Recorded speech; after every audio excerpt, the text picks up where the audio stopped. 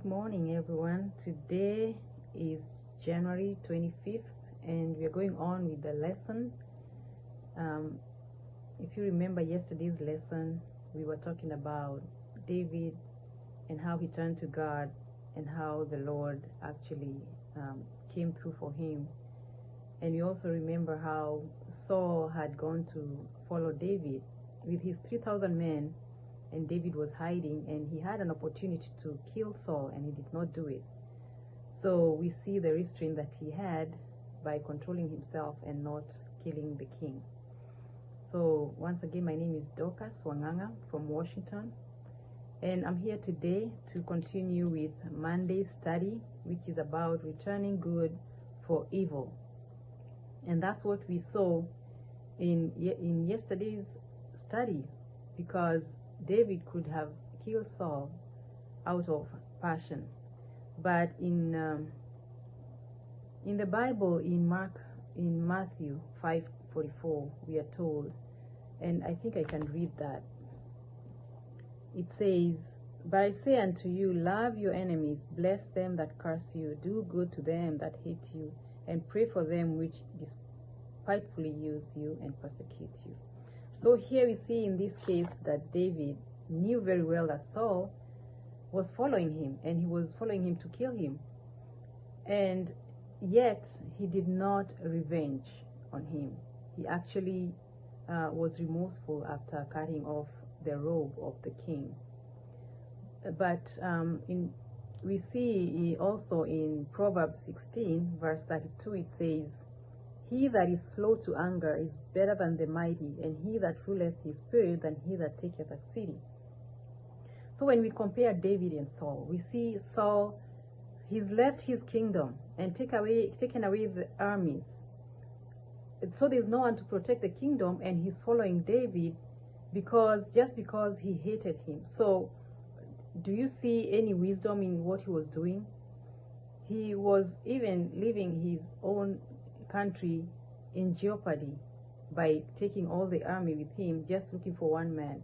So it shows how much hatred or evil, how it can drive someone to do things that don't make sense.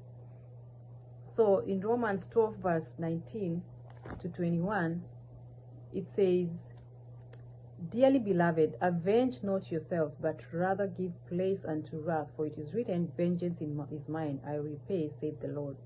Therefore, if thine enemy hunger, feed him. If he thirst, give him drink. For in so doing, thou shalt heap coals on fire on his head." So we see that David had an opportunity to kill Saul, but it wasn't his place to do it.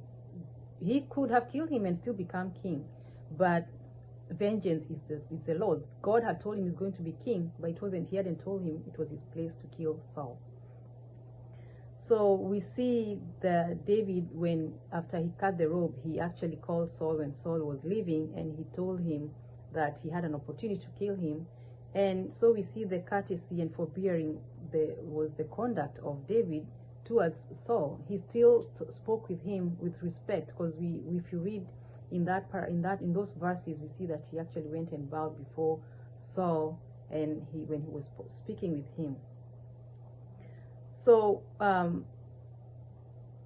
he really appealed to the heart of Saul when he was talking to him and asking him why he's actually following him to slay him, because he had nothing bad. He had no issues against Saul, and that's what he was trying to impress upon him. I'm not going to come here to take your kingdom forcefully, and the Lord is the one who had chosen Saul. So we learn that Saul actually felt humbled by what David did. He was so humble, and he felt David was a better man than himself, because he had allowed his hatred to be he had allowed to be being in the power of the man whose life he sought. So everything was in David's power. He had given David power over him through his hatred, because that's all he was doing, just following him around and trying to kill him. So he reassured David. We see that he reassured David that he wouldn't do that, and he wouldn't continue with that. And we see that he says David could not trust what Saul had said. So in the paragraph we read here, it says, knowing what he did of Saul's past course, David could put no confidence in the assurance of the king, nor hope that his penitent condition would long continue. So when Saul returned to his home, David remained in the strongholds of the mountains.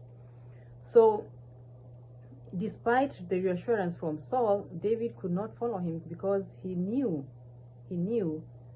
Saul would still revert back to the same old Saul that he was, vengeful and hateful. And we see in the paragraph, the last paragraph, it says, the enmity that is cherished toward the servants of God by those who have yielded to the power of Satan changes at times to a feeling of reconciliation and favor, but the change does not always prove to be lasting.